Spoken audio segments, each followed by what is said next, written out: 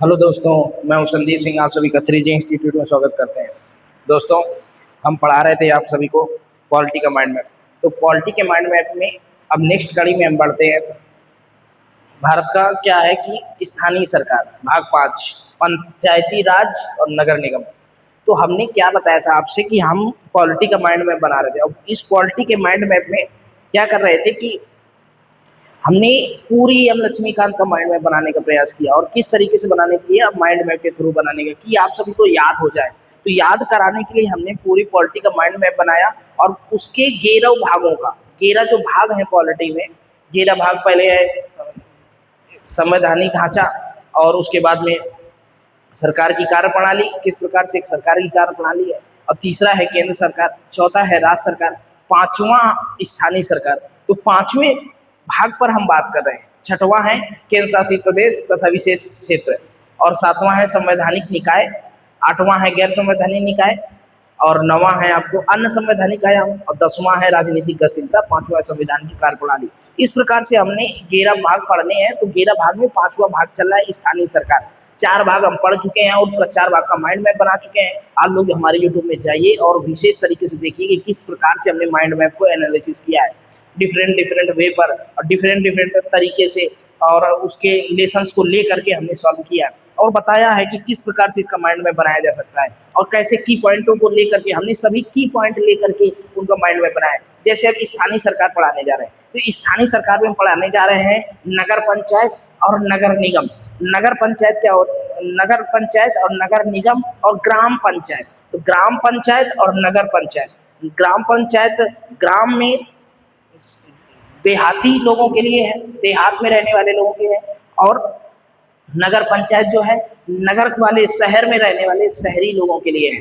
तो हम लोग 73वें संविधान संशोधन के माध्यम से ये पढ़ेंगे कि किस प्रकार से नगर पंचायत पंचायती राज को लाया गया, 73वें संविधान संशोधन 1992 में।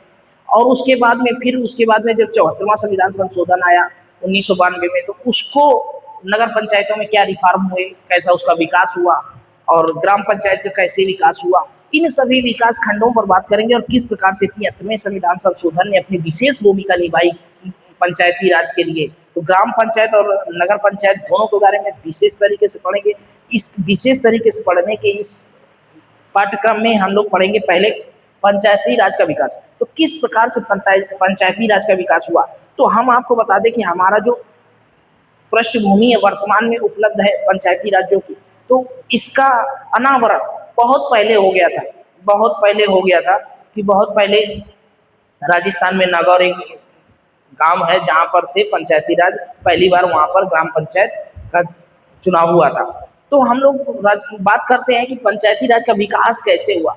तो विकास इसलिए हुआ क्योंकि हमको स्थानीय तौर पर, जमीनी रूप पर गरीब वर्ग के विकास की जरूरत थी, गांव गांव में विकास की जरूरत थी। और ये जो हमारे पास विधानसभा थे, विधानसभा, राज्यसभा, और उसमें जो इलेक्शन कमीशन, और आगे जो केंद्र सरकार थी उसमें लोकसभा और राज्यसभा, और विधानमंडल राज्यों में था, विधानमंडल के उसमें विधानसभा और विधान परिषद। इस प्रकार से तो इन सभीयों के माध्यम से जमीन पर काम नहीं हो पा रहा था। तो जमीन पर काम करने के लिए, ग्राम के लोगों के लिए काम करने के लिए, उनका विकास के लिए, उनके नली नाले और गलियां बनाने के लिए, विकास के लिए बहुत जरूरी था कि हमारे पास ग्राम पंचायत में ऐसा प्रत्यक्ष चुनाव हो जो हमारी कमियों को, हमारी मतलब हमारी असुविधाओं को सुने, हमारी दूर करे दुख, हमारे दर्दों को दूर करे। तो ग्राम पंचायत में ग्राम वासियों के विकास के लिए, वहाँ के ग्राम के विकास के लिए एक जमीनी स्तर पर कई सारे विकास खंड आए, विकास कार्यक्रम चलाए गए। उन विकास कार्यक्रमों में पहली बार जो पंचायती राज का विकास कई चरणों में चला, कई चरणों में हुआ। पहली बार हुआ था बलवंत राय मेहता समिति के माध्यम से 1957 में। फिर उसके बाद में आए अशोक मेहता समिति 1978 में। फिर उसके बाद में जीवीके समिति 1985 में। फिर उसके बाद में एमएल सिंघवी 1985 के बाद में 1986 में एमएल सिंघवी आए। फिर धुंगन समिति 1988 में आया। फिर उसके बाद में गाडगिल समिति आई 1988 में। इस प्रकार हमारे पंचायती राज का विकास हुआ और सभी समितियों ने ये अपने अपने मत के अनुसार बताया कि त्रिस्तरीय हम लोग पंचायती राज का गठन करेंगे। तो हमारे यहाँ जो पंचायती राज का गठन है कैसी है, त्रिस्तरीय प्रणाली है, त्रिस्तरीय प्रणाली है। तो पंचायती राज का विकास क्या हुआ, तो पंचायती राज का भारत के सभी राज्यों में जमीनी स्तर पर, भारत के सभी राज्यों में जमीनी स्तर पर लोकतंत्र के निर्माण हेतु राज्य विधानसभाओं द्वारा स्थापित किया गया है। किसके द्वारा, राज्य विधानसभाओं के द्वारा स्थापित किया गया है।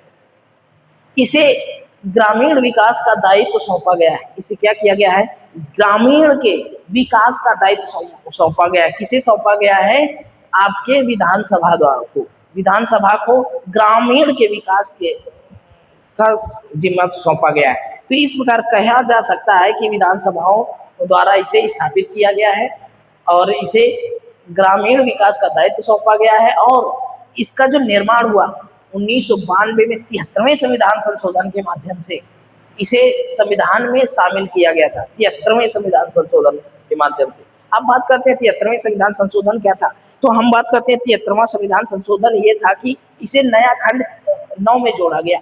कहाँ जोड़ा गया, नया खंड बनाया गया और 9 में जोड़ा गया, जिसे पंचायतें नाम दिया गया, पंचायतें नाम दिया गया। और पंचायतों को अनुच्छेद 243 से 243 अड़ा तक रखा गया तथा इसमें एक नई अनुसूची 11 जोड़ी गई तथा नगर पंचायत के लिए अनुसूची 12 जोड़ी गई और ग्राम पंचायत के लिए अनुसूची 11 जोड़ी गई। ये विशेष याद रखना कि अनुसूची 11 जोड़ी गई। अब इसके बाद बात करते हैं अनिवार्य एवं स्वैच्छिक प्रावधान। इसके लिए अनिवार्य और स्वैच्छिक प्रावधान क्या थे, तो अनिवार्य और स्वैच्छिक प्रावधान ये थे कि संविधान के भाग 11 या 73वें संविधान संशोधन अधिनियम के अनिवार्य प्रावधान रखा गया।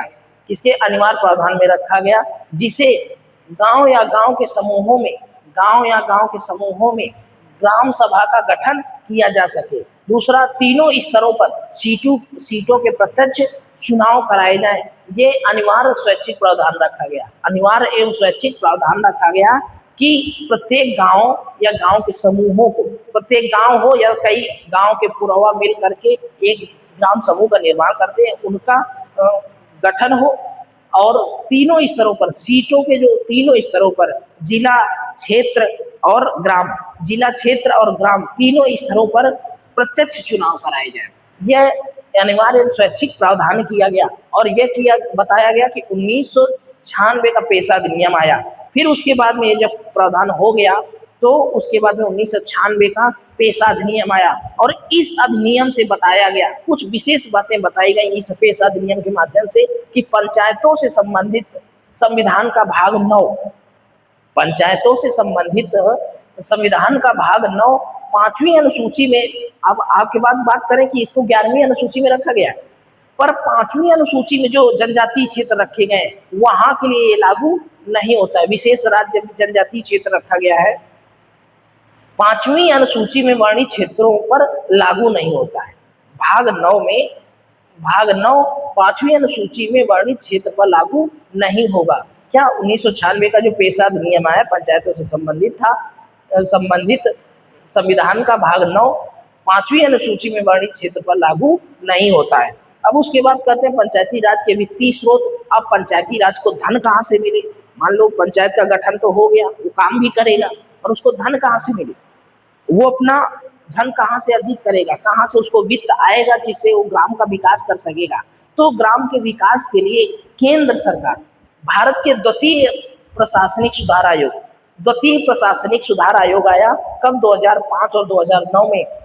पंचायती राज संस्थाओं के वित्तीय स्रोतों तथा उनकी वित्तीय शक्तियों को संविधान की धारा, पंचायत की वित्तीय शक्तियों और वित्तीय स्रोतों, मतलब वित्तीय शक्तियों, पंचायत संस्थाओं के वित्तीय स्रोतों तथा उनकी वित्तीय शक्तियों को संविधान की धारा 280 के आधार, संविधान की धारा 280 के अनुसार केंद्र सरकार केंद्रीय वित्त आयोग की अनुशंसाओं के अनुसार, केंद्रीय वित्त अनुशंसाओं के आधार पर के अनुसार केंद्र सरकार से प्राप्त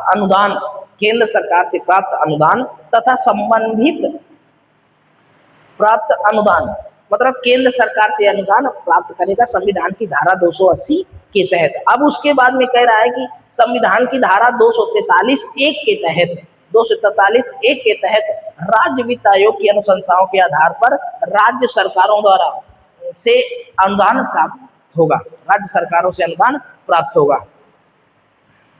तो अब इसके बाद में प्रभावी निष्पादन के कारण, इसको प्रभावी निष्पादन, अब इसकी कमियों को दूर करने के लिए प्रभावी निष्पादन क्या किया जाए, किस प्रकार से इसमें निष्पादन कमजोर पड़ा, इस पर बात कर लेते हैं कि प्रभावी अप्रभावी निष्पादन के कारण। मतलब प्रभावी निष्पादन तो होता, पर इसके अप्रभावी निष्पादन क्या हुए।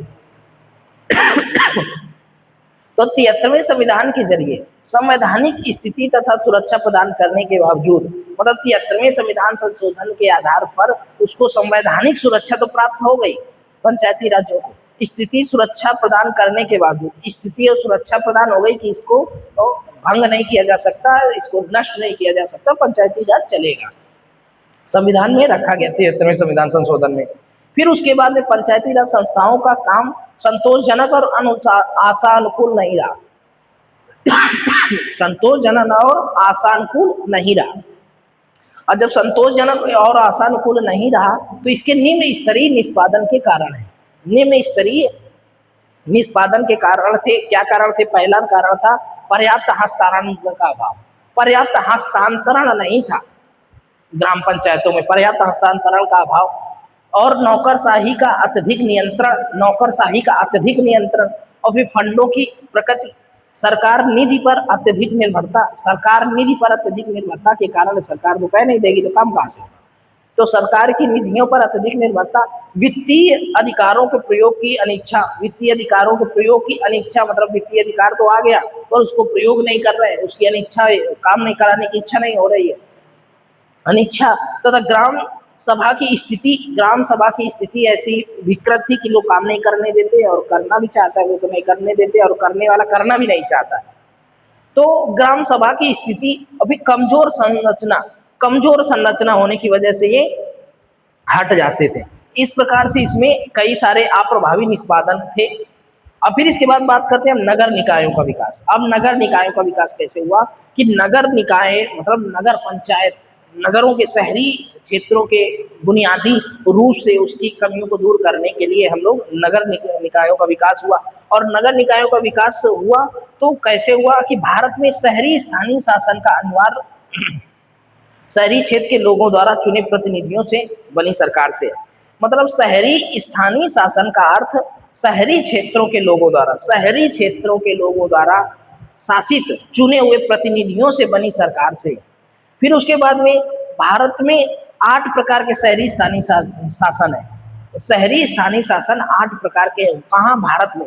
कौन कौन से हैं? नगर पालिका परिषद, नगर पालिका, अधिसूची क्षेत्र समिति, शहरी क्षेत्र समिति मतलब टाउनशिप जिसको कहते हैं, 5वां छावनी बोर्ड, फिर पत्तन न्यास, फिर विशेष उद्देश्यों के लिए गठित एजेंसी, विशेष उद्देश्यों के लिए गठित एजेंसी, और 8वां है अधिसूचित शहरी क्षेत्र समिति, अधिसूचित शहरी क्षेत्र समिति। अब फिर उसके बाद में इसका जो विकास कैसे हुआ था, विकास हुआ था 1688 में। 1688 में भारत का पहला नगर निगम मद्रास में स्थापित हुआ। निकायों का जो विकास था तो पहले, ये तो वर्तमान हो गया, पहले 1688 में क्या हुआ था कि भारत का पहला नगर निगम मद्रास में स्थापित हुआ था। कहाँ स्थापित हुआ था? मद्रास में। उसके बाद में दूसरा जो स्थापित हुआ था 1776 में बम्बई और कलकत्ता में। फिर उसके बाद में बम्बई और कलकत्ता के बाद में 1870 में लॉर्ड मियो के द्वारा इसे विशेष भूमिका मिली, इसको संबंधित प्रावधान हुए कि इसको बढ़ाया जाए 1870 में लॉर्ड मियो को। फिर 1882 में लॉर्ड रिपन ने इसे क्या कहा कि ये एक मैग्ना कार्टा के समान सक्षम है। इसको लॉर्ड रिपन ने 1882 में लॉर्ड रिपन ने मैग्ना कार्टा कहा, और लॉर्ड रिपन को ही स्थायी स्वशासन के पिता के रूप में कहा जाता है, पिता के रूप में जाना जाता है किसको? लॉर्ड रिपन को। फिर उसके बाद में 1907 में रॉयल कमीशन के माध्यम से नगर निगम को बढ़ाया जाने लगा और कहा गया कि ये बहुत अच्छी व्यवस्था है जिसके माध्यम से नगर निगमों का विकास हो सकता है। तो इस प्रकार से 1907 में रॉयल कमीशन आया। फिर 1919 में प्रांतों में लागू किया गया। क्या किया गया? लागू किया गया। फिर उसके बाद में 1924 में कैंटोनमेंट एक्ट आया। कैंटोनमेंट एक्ट आया 1924 में। क्या आया? कैंटोनमेंट एक्ट आया। फिर उसके बाद में 1900 में प्रांतीय स्वशासन के लिए, प्रांतीय स्वशासन में अंतर्गत रखा गया है। 1935 में प्रांतीय स्वशासन के अंतर्गत इसे रखा गया है। इस प्रकार ये नगर निकायों का विकास था। अब हम बात करते हैं नगर निगम निकायों को संवैधानिक दर्जा कब मिला। तो 1992 में 74वें संविधान संशोधन अधिनियम के माध्यम से नगर निगमों को संवैधानिक दर्जा प्राप्त हुआ। भारत के संविधान में नया भाग 9 का जोड़ा गया।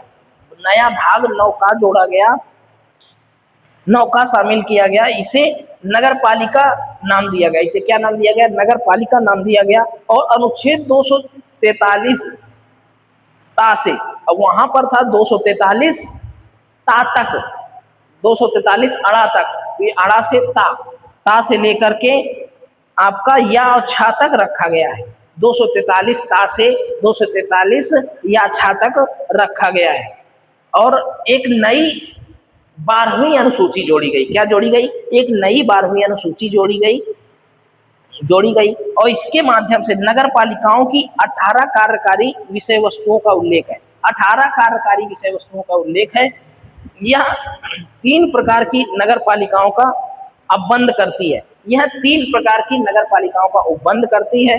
पहला है नगर पंचायत, दूसरा है नगर पालिका परिषद, नगर पंचायत, दूसरा है नगर पालिका परिषद और तीसरा है नगर निगम।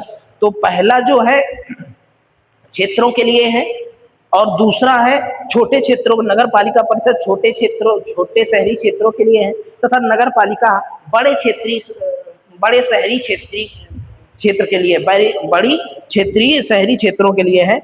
इसमें 3 प्रकार से नगर पंचायत, नगर पालिका परिषद, नगर पंचायत, नगर पालिका परिषद और नगर निगम रखा गया। अब नगर पालिका कर्मी क्या होता है कि भारत में 3 प्रकार के नगर पालिका कार्मिक हुए। कौन कौन से? नगर सरकारों में कार्यरत कार्मिक इन तीनों में से किसी एक अथवा तीनों से संबंधित हो सकते हैं। पहला पृथक कार्मिक प्रणाली, दूसरा एकीकृत कार्मिक प्रणाली और तीसरा है समेकित कार्मिक प्रणाली। अब हम बात करते हैं निगम का राजस्व कहाँ से प्राप्त होता है। तो निगम का राजस्व जो है 5 प्रकार से प्राप्त होता है। शहरी निकायों के आय के 5 साधन हैं। कौन कौन से? पहला कर राजस्व, दूसरा गैर कर राजस्व, तीसरा अनुदान दे हस्तांतरण और कर्ज। इस प्रकार से इसका नगर निगम का राजस्व इकट्ठा किया जाता है। तो इन सभी बिंदुओं को 1 2 3 4 5 6 7 8 9 10 इन 10 बिंदुओं को पॉइंट में बैठा करके इनके भीतर 4 5 पॉइंट याद कर लेंगे तो पूरा माइंड मैप बन जाएगा। पूरी बुक याद करने की जरूरत नहीं पड़ेगी।